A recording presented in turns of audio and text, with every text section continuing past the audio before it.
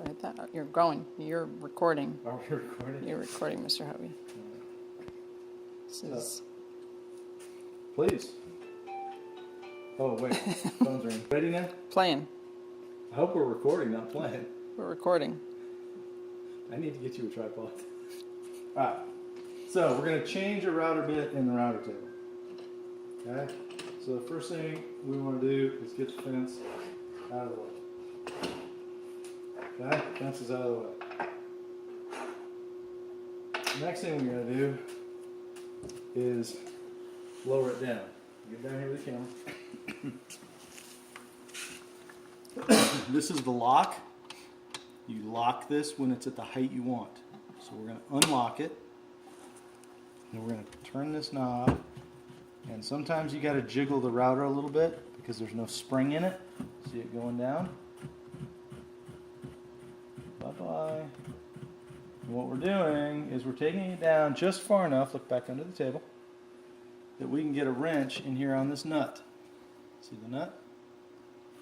Yes. Okay, so the wrench is right here.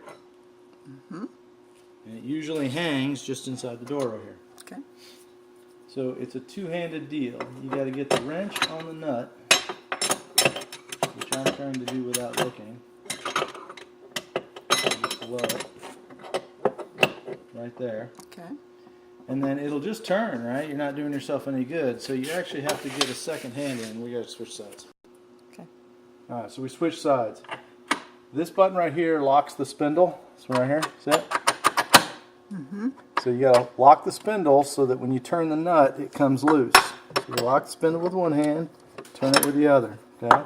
And it came loose right away, but because this is not a real high-grade deal, you turn it till it stops, and then the router bit still won't be loose, so you got to turn it a little more. Notice I'm still holding the lock. You just turn a little bit more, and it'll loosen itself up, and the router bit will come out.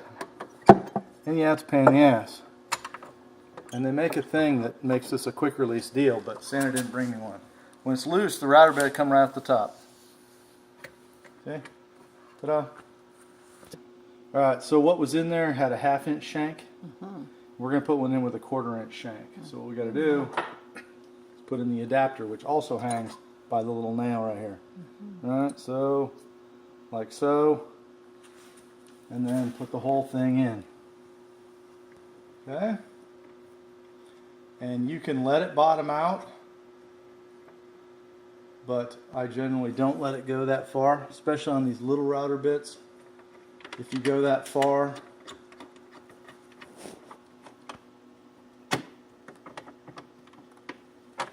no, I was pushing that with a pad in my hand. If you let it drop too far, you can't raise it high enough.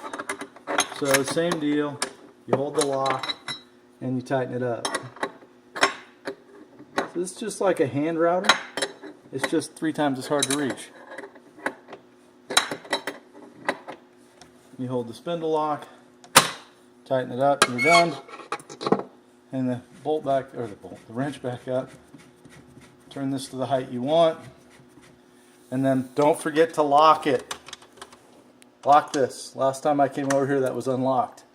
That'll keep it from vibrating around and possibly lowering itself, things like that. Record.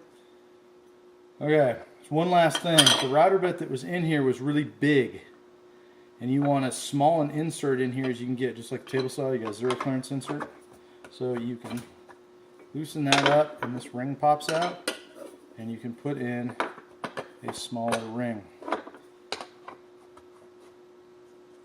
Just like that. That's all there is to it. This lives in the bottom along with the different rings.